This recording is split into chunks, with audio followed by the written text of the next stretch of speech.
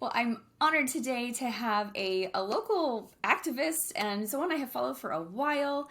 Rashaan Gilmore is joining me on Keep Them Coming. Thank you so much for being here today. It is a real pleasure to be joining you for this conversation today, Kristen. I'm sure it's going to go all over the place, and I'm ready for it. That's the best part about these episodes is some of my friends come up to me and say, "I listened to your last episode. It was like all over the place, but that's the best kind of shows." So, Absolutely. Absolutely. well, Thank you for having me, by the way. absolutely, it's my honor. My friend Joel said that I should reach out to you, and I was like, you know what? They've been on my radar for a while, so it's time. It's time. Well, I love Joel Barrett, so it's not surprising to me at all to discover that we have him as a mutual friend. He's just an exceptional human being and a terrific gift to Kansas City. Definitely a connector when he says that in his, elevator Yeah, he means it. pitch. It's accurate. Well, if you would take a moment and tell the listeners a little bit more about yourself. I'm a Kansas City native, and I come to the current work. This is my 10th year in the HIV field, and so I sort of wear a couple of different hats. And one is as the founder and CEO of BlaqOut. BlaqOut is a Kansas City, Missouri-based nonprofit organization that is really focused on two core things. One is providing access to healthcare for the Black LGBT community and advancing their healthcare needs and outcomes. And the second piece of that is really making sure that we have place and space to gather.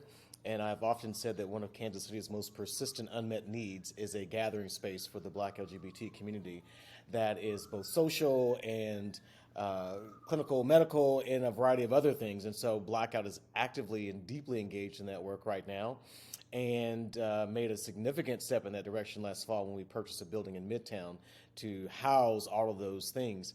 The other role that I play is as the host of Flatland in Focus, which is part of Kansas City PBS's digital platform. And so the show airs once a month on Kansas City PBS. And we really do dive into issues that people are talking about or maybe should be talking about.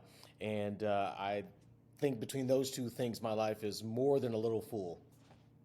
Well, I see your Emmy sitting back there behind you. Congratulations on that.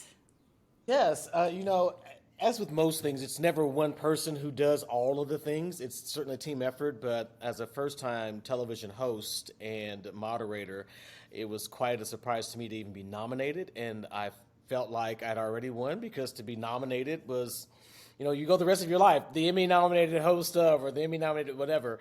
But to have actually won was a very big deal. And so it is, due to the work of myself, but also all of our colleagues and crew at Kansas City PBS. And it was for an episode that we did on houselessness in Kansas City and the work that so many great activists around the city were doing to sort of address those concerns. So, yeah, Yeah, this is my first Emmy. That's how I've taken to saying that now. So I if I should love ever, that. I because love she's that. lonely here by herself, she wants some company. Absolutely, absolutely. Well, and I'm sure that you have a tie between the work that you're doing through BlaqOut and some of the work that you're doing for the queer community and houselessness, because so many queer youth in our city have experienced houselessness in their lifetimes, especially when they're first coming out, especially for trans women.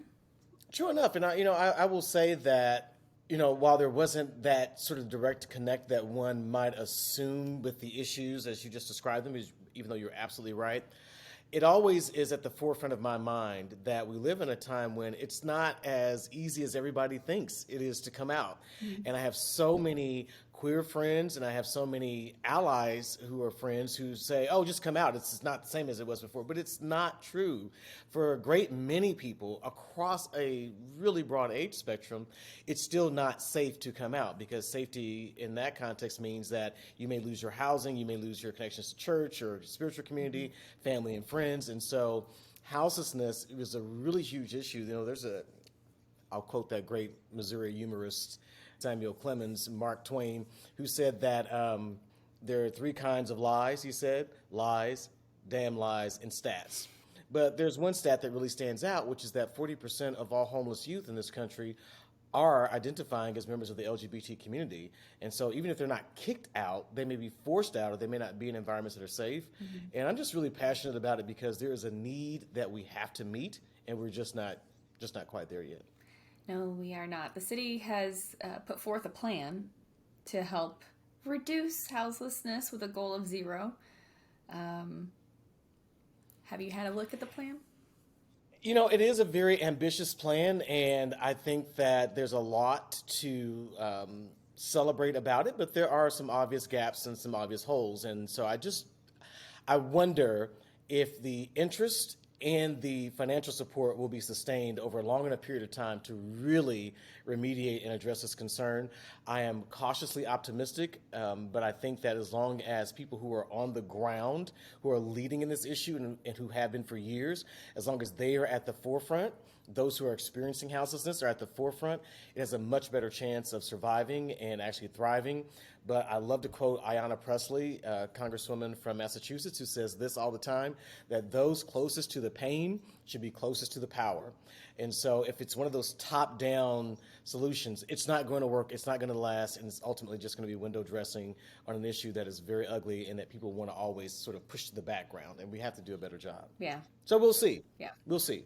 I live in the historic Northeast, so I see the houselessness a lot. I see a lot of the community issues that are being talked about in real time. I mean, we're at Columbus Park, so we're not far from you. We're just on the other end of Independence Avenue from where you are right now. And you're right, we see it all the time. It's a very real issue. But can I just say that it's not a political issue? No. It may require political solutions. The issue is not even a moral issue. It's a human issue. And what I mean by that is we have this thing as a country, where we moralize people's houselessness. We moralize people's difficulty or poverty. Mm-hmm. And if you are houseless or unhoused or homeless, whatever term you prefer, then you did something wrong. But I came across something the other day that really just blew my mind, that 30% of unhoused people are actually working full-time jobs. Sit with that for a moment. So we're not talking about people who are lazy. We're not talking about people who don't want to work or who just want to be on the government dime or dole. Yeah, I mean, that's not what it is. Yeah. It's that we have an economy and a society that's set up where you cannot live by working a living wage, a so-called living wage, and some who don't even have access to that. So anyway, it's very frustrating to me that we're so far from it, but it's not about people who don't care for themselves that's not what it is. And we can't do this thing anymore in this country of wanting to just hide the unhoused. Correct. As long as we don't see them, all is well. We don't care about it. And this is a broad brushstroke, I understand. But generally, collectively as a society, we don't care about them until we see them. Mm-hmm. We don't care about them until they're in our way, in front of our stores, mm-hmm. in our neighborhoods. And then it's a big issue. We've got to change how we view ourselves, not how we view them. Absolutely. Absolutely. When we have 16 million empty homes in this country. And well, places I love to visit like Seattle. Mm-hmm. I mean, Seattle's got huge, just like every major metropolitan city in this country and even many smaller communities of people needing housing. But what always throws me off is we want to do everything but give them housing. Mm-hmm. And so you think about the housing inventory, like you just mentioned, how we could address it. But the issue becomes one where we feel like people who got themselves in a bad situation, who made bad decisions, who have mental health issues, or they have substance use issues, or whatever, these bad people now want me to give them housing, or now they want another gift, and that's just not it at all. But these narratives that have been used to construct our viewpoints on these issues, and we see it across a range of topics. I won't even go into it, but no, we are going to go into the type of great. Well, I think it's very punitive, right? It's very either you didn't do enough or you did something, and these are your consequences. And I think that a lot of people view the unhoused, houselessness, all that, the same as they view people who have things like HIV and AIDS.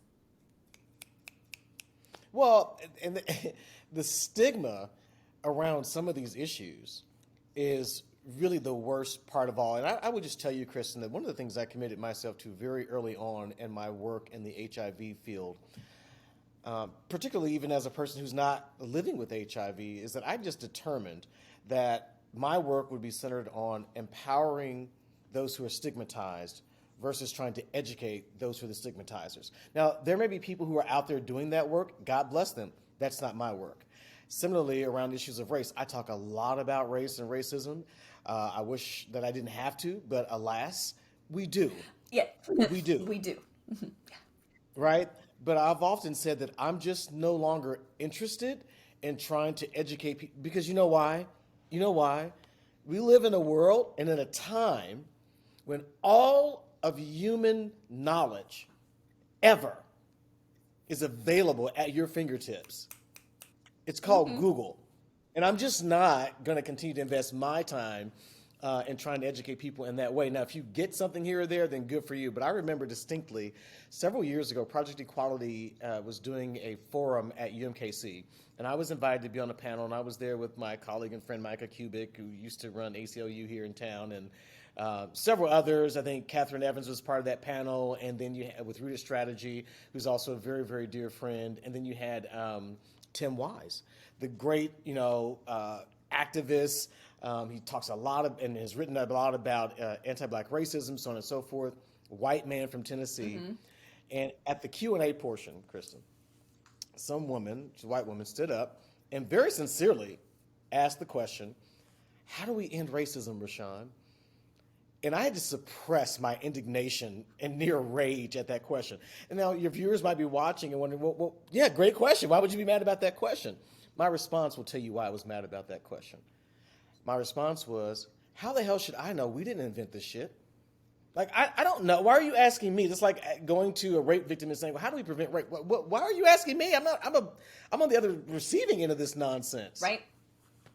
When you are the oppressed party, you understand a lot of the things that's going on for the Yeah. oppressor, but you also are not responsible for having the solutions for how to stop the oppression.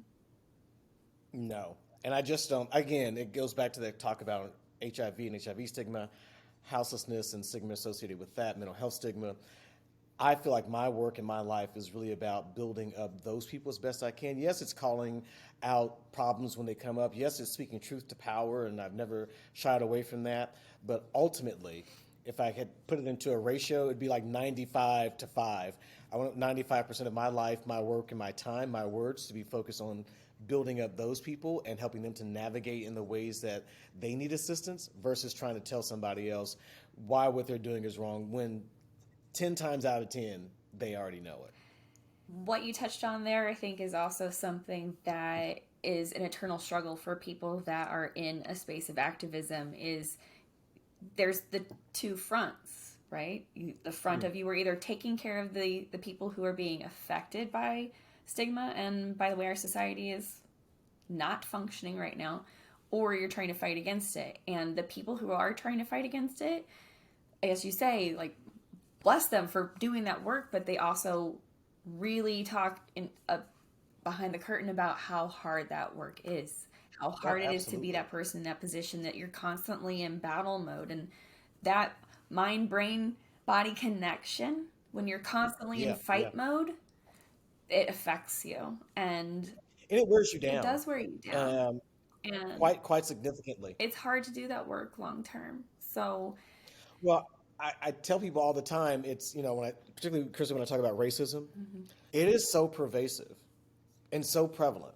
Despite the gains we've made over the last 40, 50 years, let's say, it is almost like trying to get a fish to see water. And if it is all you know, then you don't understand when people talk to you about currents, or you don't understand when people talk to you about, like, this is what my experience is, because it's like, no, this is just the way of the world. Like, what are you talking about? Why are you raising an issue? Hmm. It's not until you get that fish out of the water that they begin to see a difference. Hmm. And that's where many of us are trying to process our experiences. And I really hope for any of the other activists that you have on your show, now you've had many, and I don't consider myself an activist. I just consider myself as a dude who cares about the shit he cares about, and I have to speak up about it. I You have all to do say something that. about it. You all say Well, we're probably also very unnecessarily and to some extent probably falsely self-deprecating, but I really do mean that because it's not like activism is not something you apply for. I don't even think it's something you set out to do. I think there is an issue or a cause that resonates with your soul, and either you answer that call or you don't. And in the areas of my life where I have been active it's because I have answered that call. Something on a level has resonated with me, and I felt like I could not, bad grammar, but a good point. I could not speak to it, address it, try to make it better.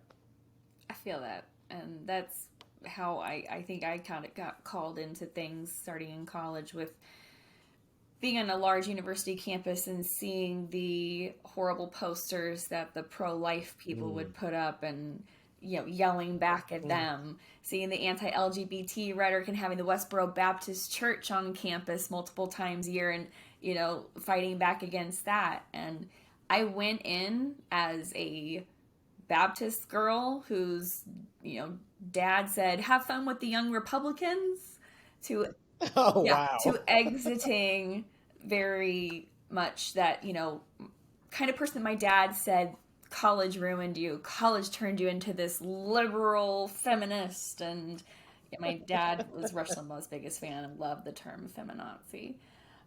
So I have Oh, wow. enjoyed my switch into becoming something that's the absolute antithesis of what my father thought I was going to be. Well, I have to say, Kristen, that I can relate. Little known facts about my background. So I was born and raised into a very interesting sort of family dynamic, and I should say that I'm very close to my family. Love them all very dearly. But my mom and my dad have an interesting story, and I'll try to make this somewhat brief, if not brief, then succinct at least, so you can follow it, but or cogent. But my mom and dad, my mom's family, my grandparents in the 70s became, sort of black nationalists and Muslims, and very much people of faith. Mm-hmm. But they had a Baptist sort of upbringing, right? Mm-hmm. Um, so on my dad's side, Catholic, everybody. I mean, Catholic schools are all their education. I mean, until my dad went to HBCU, but like everything Catholic, Catholic, Catholic. So you have my mom, who was this previously unchurched person whose parents have become black Muslims, become Muslims, and then you got my dad, Catholic, but they come together and they have four beautiful children, of which I am the best, brightest, most attractive, my siblings know it's a known quantity in the family. Don't tell them that though. But I mentioned all that to say there was a period of time when my parents, who were married at that point for 11 years, separated and divorced. But then they remarried, and they've been remarried to each other for nearly 40 years now. And I mention all of that to say this. It was the role of faith that played a significant part in their coming back together and in really who they are today. I, as a teenager, was like, well, I don't know anything about this whole Christian thing, right? It was new. My mom became a born again, spirit filled, tongue talking evangelical Christian. Mm-hmm. My dad soon followed. They remarried. They've been together. That's who we are. They are. But here's the point. At that time, I was also coming to grips with who I was as an individual Mm-hmm. and trying to understand my own personhood and spirituality and sexuality. And so I went to Bible school. Oh. I went to, yes, which is where, by the way, I met my first gay lover. Surprise, surprise, Okay, right? no, I'm not surprised. I'm not surprised. Knowing what I know now, Exactly. when I was in the world, I wasn't Nobody would be there. But surprised by knowing what that. I know now, please. Exactly, right? And so I mention all of that because it was quite a struggle to figure out who I was in the midst of all of that. And so I can relate to what you're saying, like your dad sending you off to college and he's just like, okay, well, enjoy those young Republicans. But you're like, I'm looking around and I see none of this reflects the values that I have and hold dear as an Yeah, individual. yeah. And so even though I consider myself a spiritual person, I'm just not a big fan at all of organized religion. But I do think of myself as a very spiritual person, though. That's how I am as well. My minor was political science, but I was just shy of doing a religious studies minor as well. I Mm. didn't finish it because I would have had to go back and take an econ course. So I just audited my last course and enjoyed my time in it.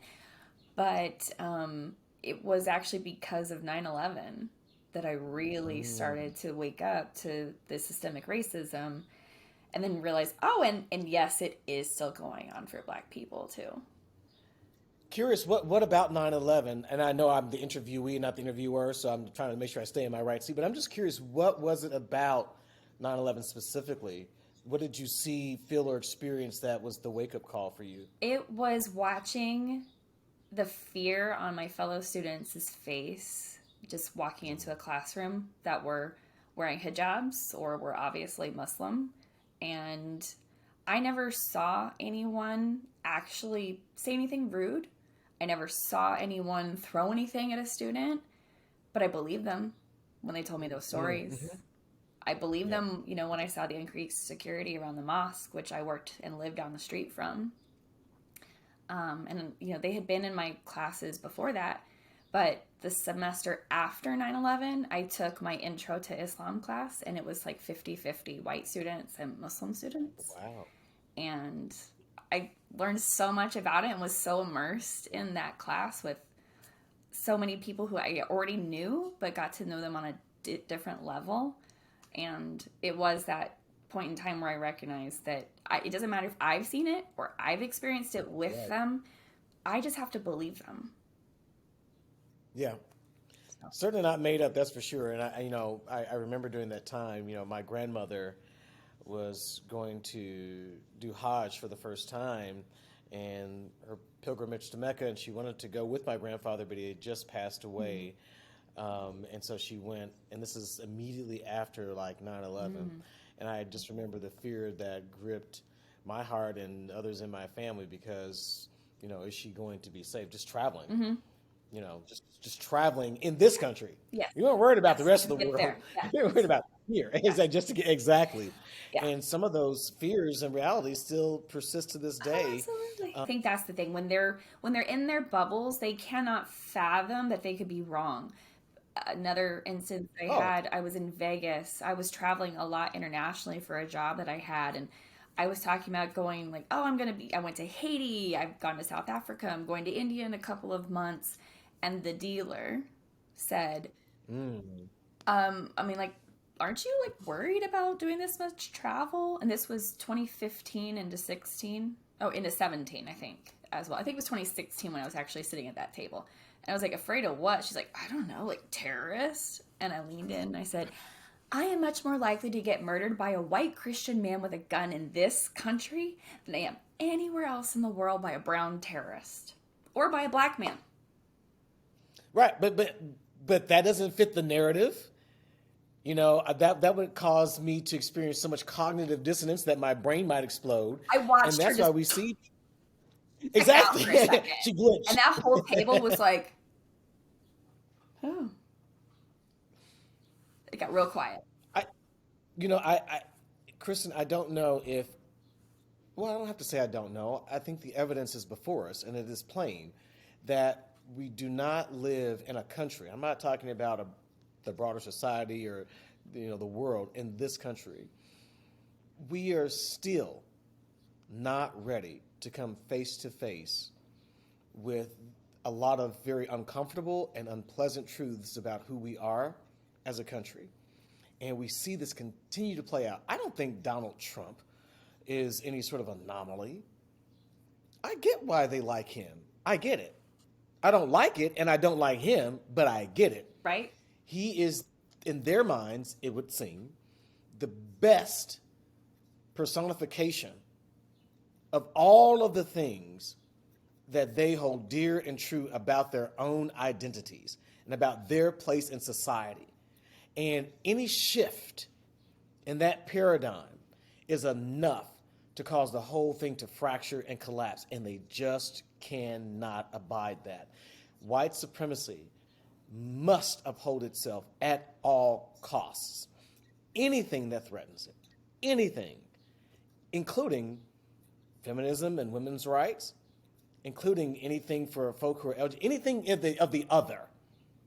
The further you get out from that central circle of white, cisgender, heterosexual, evangelical Christian man, like that thing, the further you other yourself away from that, the more of a threat you are viewed as, and they just cannot abide it, and they will fight for it at all costs, including going against everything they said they believe to be true and the Constitution In and their the Bible. Declaration of Independence and the Bill of Rights in the Bible because at all and you think about this binary of evangelical Christianist beliefs and capitalism. I mean, like, you cannot. Well, let me put it this way, and this is for any group. Anytime that you have to have God be in your image, not as human. We take a Palestinian Jew from 2,000 years ago and make him a white, blonde-haired, blue-eyed. Yeah. Does Makes nobody see sense. this as nuts?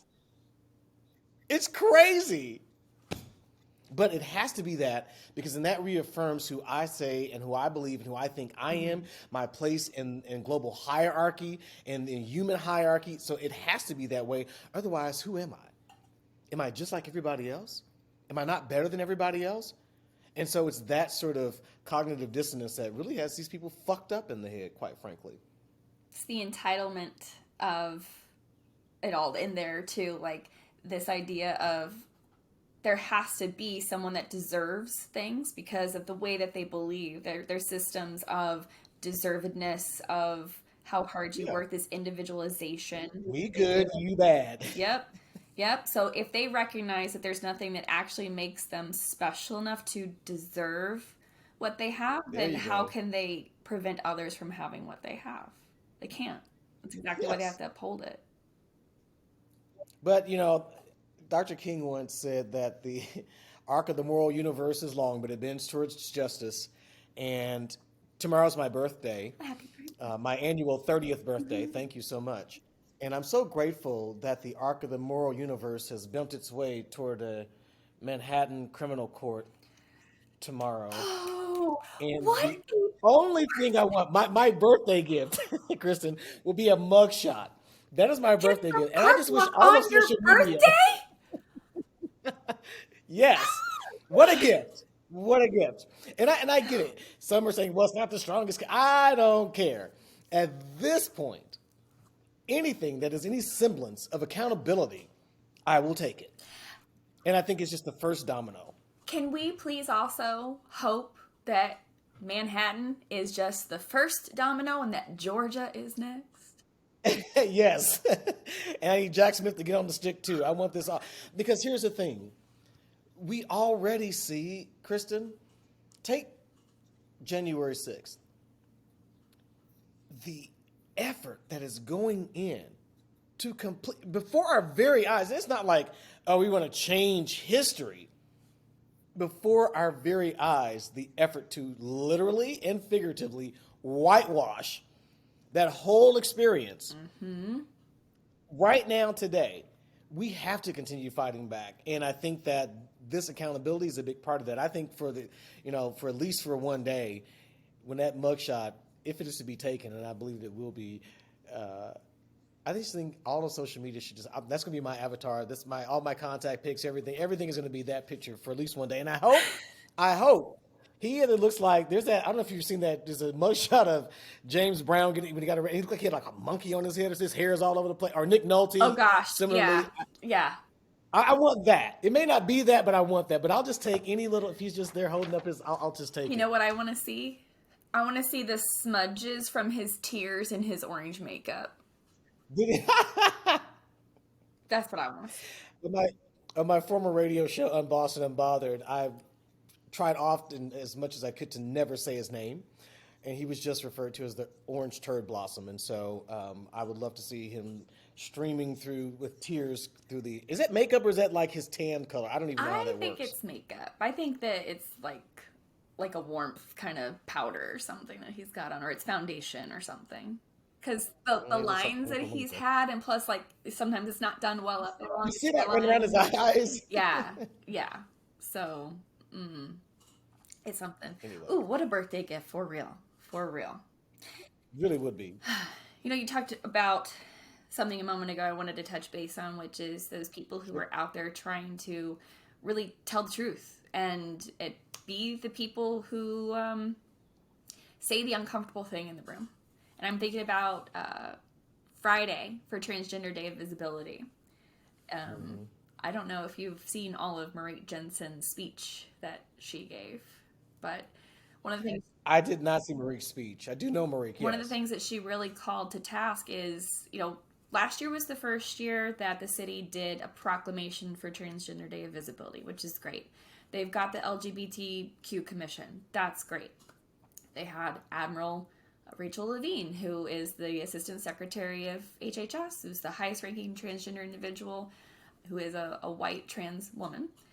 And the room had a lot of trans people. It probably had a lot of parents of trans people, it had a lot of allies as well.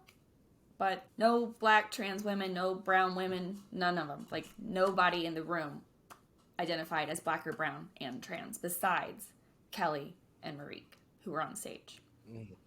And Marique leaned forward and she was like, Kelly, where are the girls? She said they're in hiding. You mentioned Admiral Levine. I recently met the Admiral at the White House about 3 weeks ago. And it was the first time that this White House or any White House had done a Black History Month LGBTQI briefing. And they brought together, I don't know, maybe 30 or 40 of us from around the country. And I thought it would be a bit of a dog and pony show. It was not. It was not. It was actually very informative, very insightful, and they identified a number of ways in which we could be a benefit not only to the administration, but to the administration with the goal of being of assistance to the people that we all serve. Having said that, however, when I met Admiral Levine, and then when she later gave her talk, I will say that she was probably across all the people that we've seen from around the administration. I mean, from every department, it was quite amazing. But she said something that I thought was really profound, and it speaks to the question that you just asked. She said something to the effect of, if we're not in the room, we're being excluded from the room. Even if there's an invitation, if the effort is not, and I don't know what effort was made, but if the effort is made and we're not still having the right people in the room, then we don't open the room. We go get those people and bring them in the room. And so to Marique's point, and I know the Kelly that you're talking about, who's a sweetheart herself, we need to make sure that we stop just paying lip service to our trans siblings. Their lives are literally in jeopardy now, as much as, if not more than ever. And I think sometimes we get so caught up on trying to, and by we, I don't mean me, but we get so caught up on trying to tick boxes Yeah. and be transactional that we don't invest the time to be relational.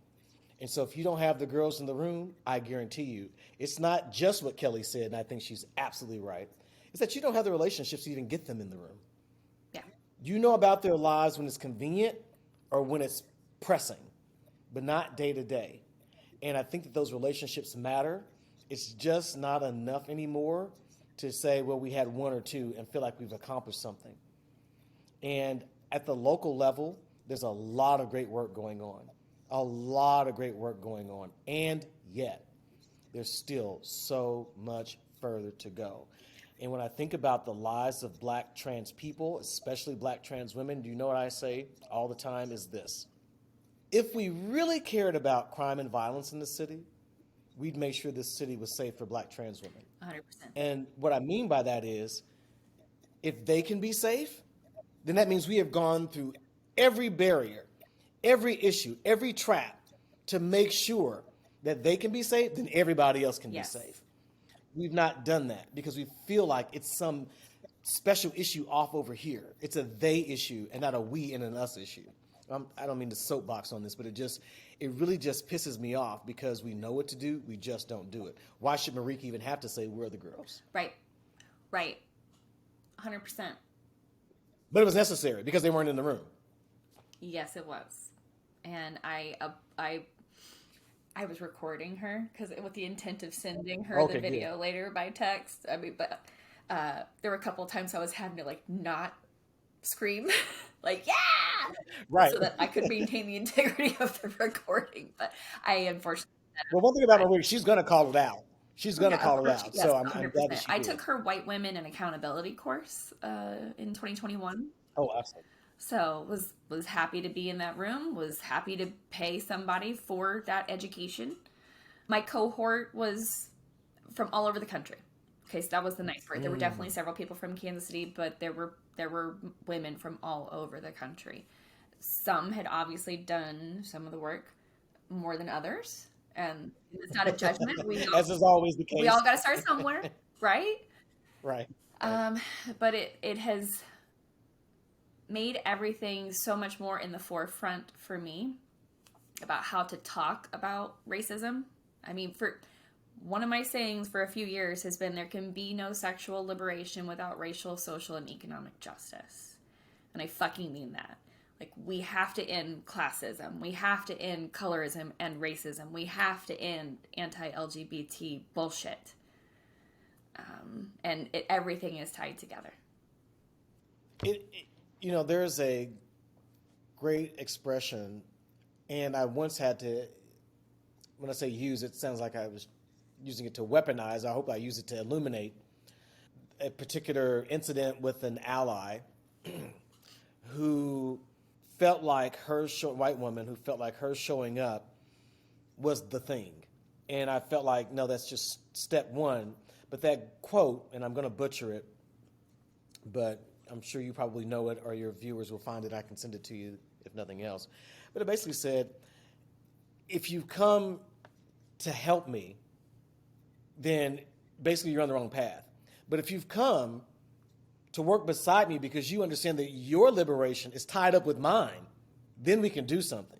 So to your point that all these things are intertwined, they are. They absolutely are. They absolutely are. And to the extent that we want to see real change, we've got to really start trying to focus on that and not keep giving cough drops for lung cancer. Because you can quiet the cough temporarily, but ultimately you need some more serious treatment. You need a transplant. You know what I'm saying? There's got to be more, but we keep wanting to just sort of nibble around the edges to just do enough, but not see real change. And I get that change is scary. I get that change can even be costly, but it is so vitally necessary because who are we becoming as a human race if we don't put forth those changes? Agreed. Like I worry about us as just a race of, as a Yeah. species.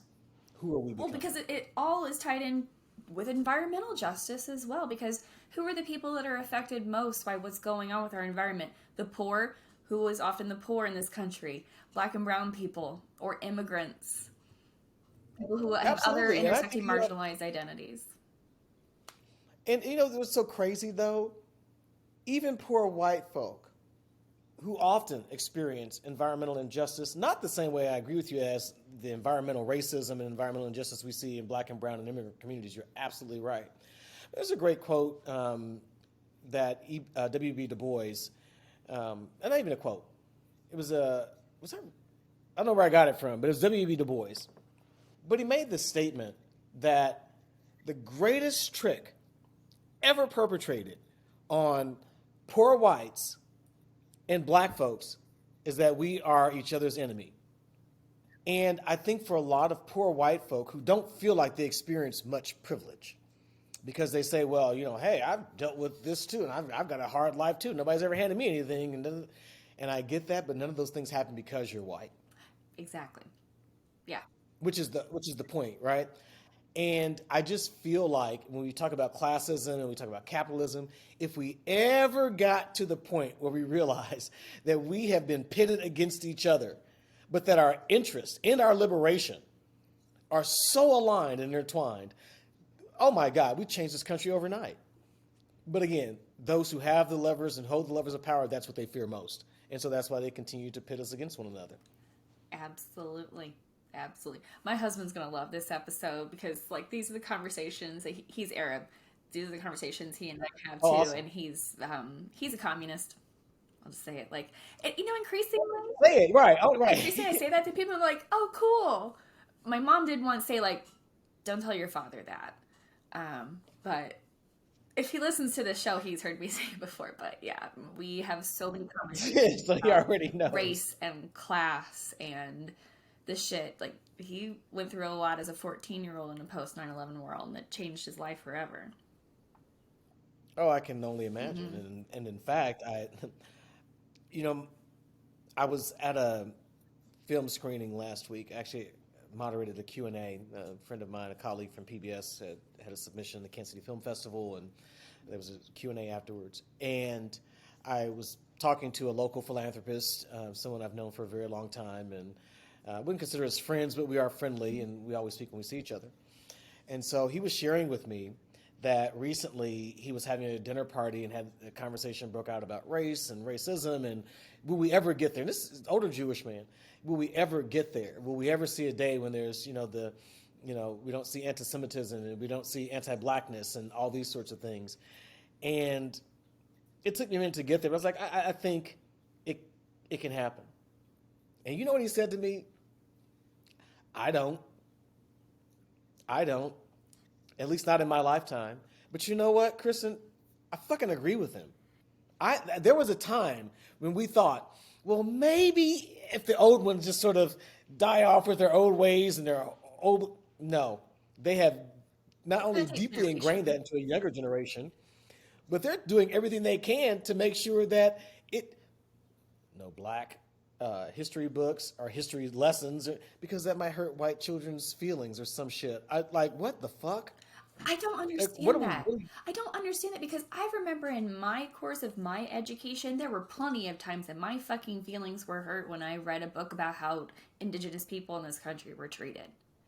When I read about how slaves were treated. When I read about how modern gynecology began. But there were slaves at all, yeah. Of course I hurt. But that's how I came to understand so much of this experience in this country, so deeply steeped in racism, classism, and the mistreatment of people and the oppression of people. Listen, those are the foundations of this country. Yes. Now, we can try to uphold all of these aspirational values that the so-called founding fathers memorialized in writing in this country's founding documents. But the truth of the matter is, more than half of those men owned human beings. Mm-hmm. Owned humans. Including the one that they love to jerk off, Thomas Jefferson. Give me a fucking break. Who kept even more insidious in some ways in his basement. Thank you. Let's not mince and generations of children that he and his descendants denied for years. Yeah. And but two things can be true at once. It can be true that these were men who had these aspirational values about freedom and liberty and all this. They didn't want to be oppressed by King George and all. Yes, that can all be true. And it can also be true, because it is, that they were these individuals who owned people, mm-hmm. right? And participated in the transatlantic slave trade and created a system that upheld their right to do so. Their right as they saw it. But it can also be true that to truly reach what those values that they articulate in these documents are about, to really reach that, we have to confront our history, we have to confront our present, and that is how we begin to create a new future. And this country is it is beyond a tug of war. There is a social and moral civil war, and increasingly we see that it's becoming a political one. And circling back to January 6th, there are some who want there to be an actual civil war, and whatever they can do to foment and make that mm-hmm. happen, they will. And the only question to this country is, will you allow them to do so or not? And I think there are too many people who are on the sidelines. There are too many people who are apathetic. There are a lot of people who are just worn out dealing with it, and I get that. Mm-hmm. Especially if you're on the receiving end of the oppression, yep. right? But I think this country is looking itself in the mirror. It does not like what it sees, but rather than change what it sees, it'd rather punch the mirror and blame everybody else. Instead of saying, oh, I've got this earring on, I don't like it, I can just take it off. We don't want to do that, because then we don't know who we are anymore. And there's an alignment of values that has to happen. And values is, I know, a little bit of a tricky term, but identity, who the fuck are we? Mm-hmm. Yeah.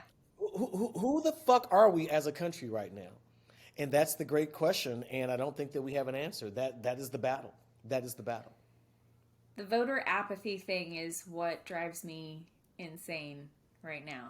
Think about how few people recognize that are currently apathetic and say, I don't participate in the system. How few of them realize the power that they hold. That 1% of those people who have never voted before, if they vote in next year's election.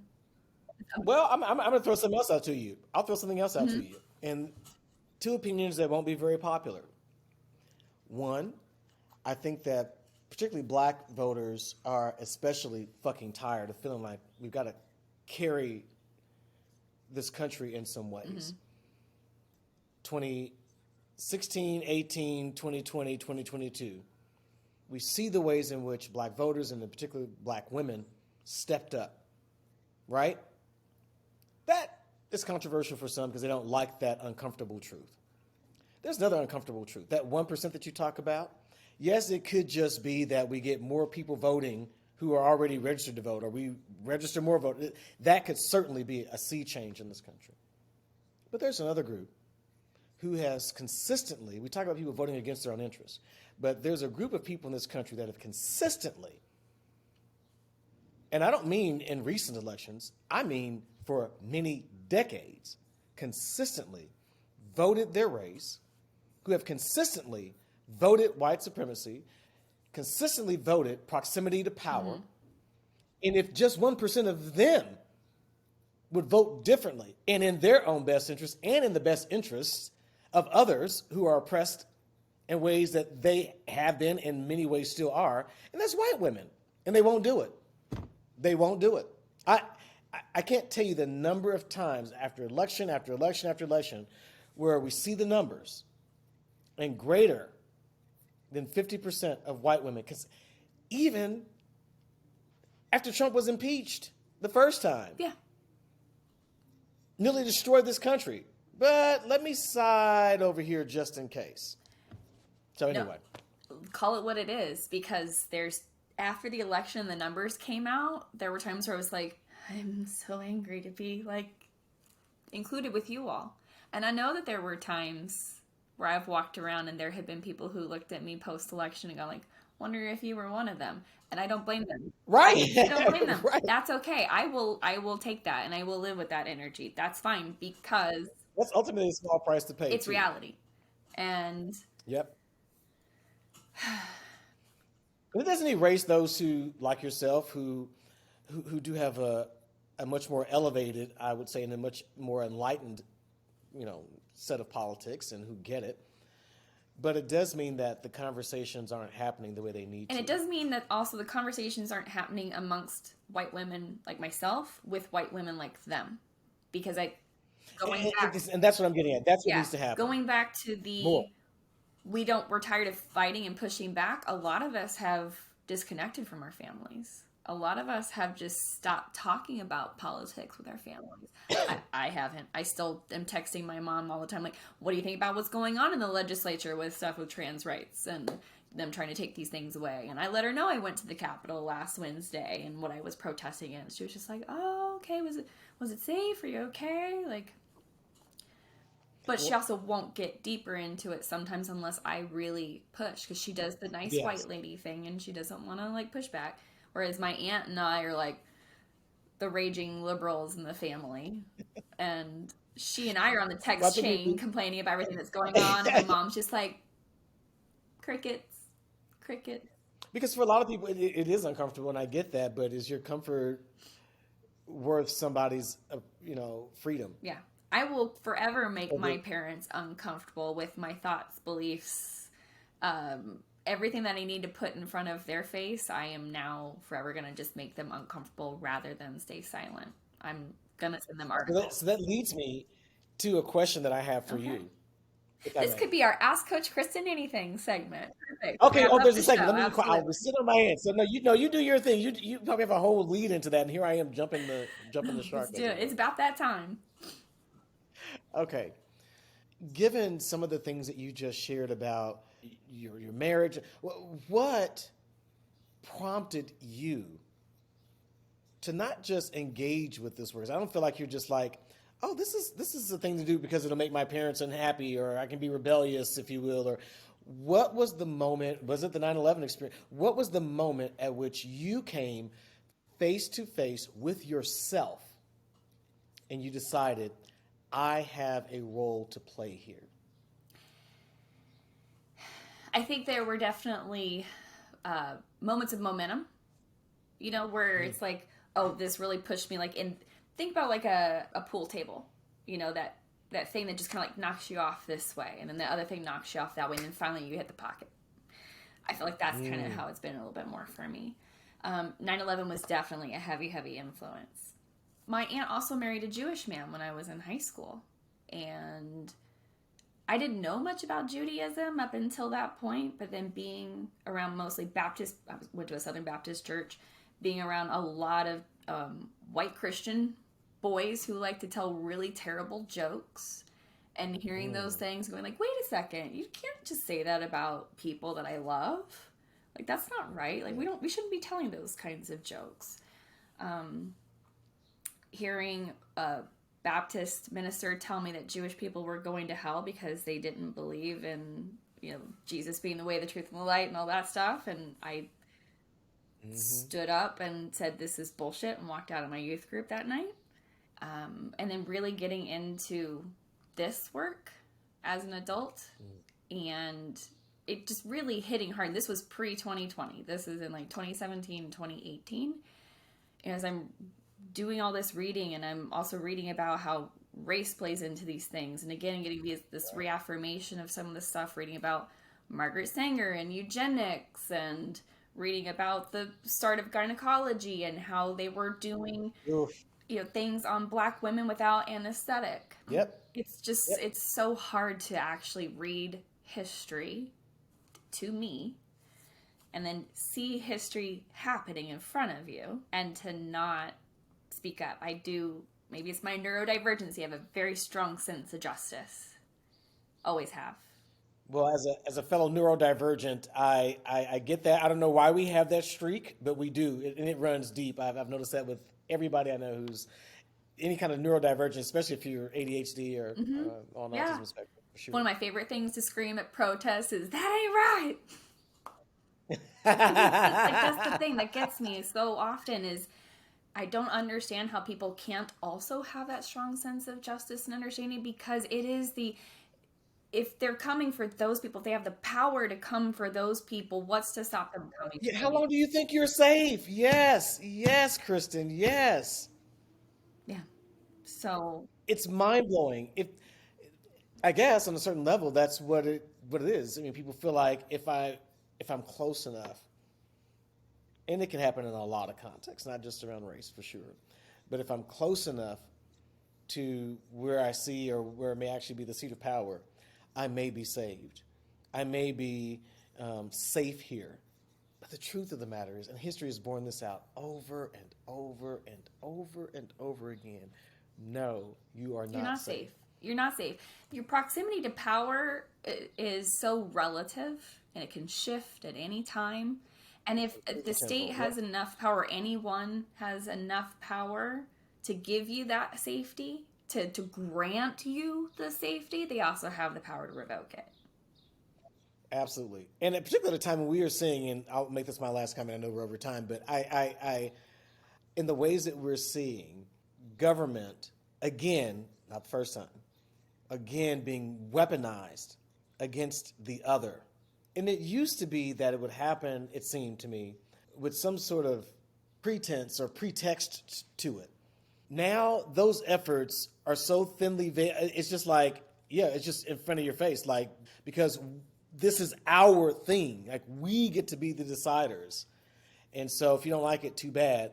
We're going to weaponize the lovers of government against you, and to think that there have been 430 pieces of legislation just The deep breath in is just like, right anti-trans, and yeah, yeah, it's it's craziness, but insane. that's where we are. And I have, as someone who has studied political science, and I feel like it's been my whole life, because at first it was through the lens of my dad and the things that he had to say. He's always been a student of political science. My family has always been heavily involved in Missouri politics. My grandpa ran for office once. My aunt currently works for a Missouri Republican state legislator. My Okay. family's been in politics for a long time in Missouri. I actually feel a sense of I have like some work to do to make up for it because my grandfather helped introduce the Pachyderm Club into Mid Missouri. So, yes. Really? Wow. Yeah. So, sorry. My grandpa helped Yeah, turn that's, Mid Missouri from solidly blue to red. And I and it I is feel that solidly red. weight You on are my right about shoulders, that. honestly. Like I do. I don't feel like I'm personally responsible, but I do feel like No. I have a weight on my shoulder to do some work to shift it. This Wow. again, they don't understand the slippery slope. These are people who don't understand the way that policy works. Again, any state that has the power to ban these things has the state to also then force things. That goes either way. A state that can But you ban know what? abortions can then force abortions because they can decide who deserves to be pregnant at that point. Like, they don't I think about this think shit. that I think that they do see how policy can impact lives and shift culture. But what I think is, to the point I think you're getting at, and you correct me if I'm wrong, but what I think is that they just don't believe that it'll be used against them Yes. in those ways. And when I say they, like the people in power, they get it. The people voting for Oh, them, absolutely. the Oh, people voting for yeah. them, they don't understand it No, at no, all. because they feel like, well, we're protected because they're doing this for us against these other people. But it's like, oh no, honey, you don't understand. You're next. What's that? And again, all these colloquial expressions and euphemisms and metaphors rolling around in my brain.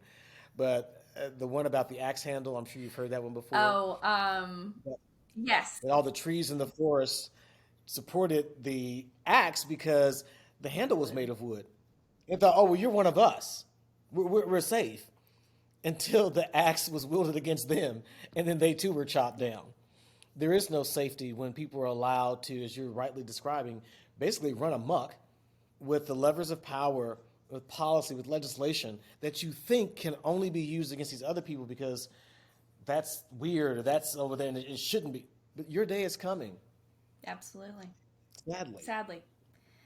In the meantime, it's up to us to create spaces where people can find solace, they can find peace, they can Yes. find community, and they can find support.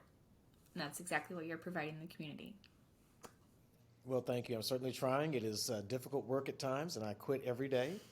The last thing I would tell you is that I stood up at our 2018 2019 BlaqOut Empowerment Summit, and we had brought, I think it was 2019, we brought in Dominique Jackson, who was from this wonderful television show Pose and so many other things. She's an author and just an all around beautiful person, completely the antithesis of her Emmy nominated character on that show.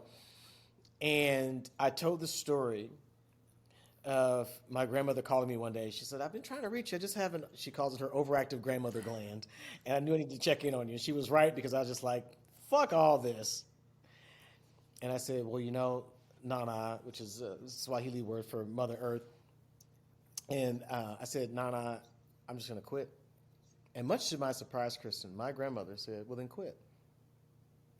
Quit. Quit. And I was floored. And then she filled the silence by adding, but just call me tomorrow when you start back up again.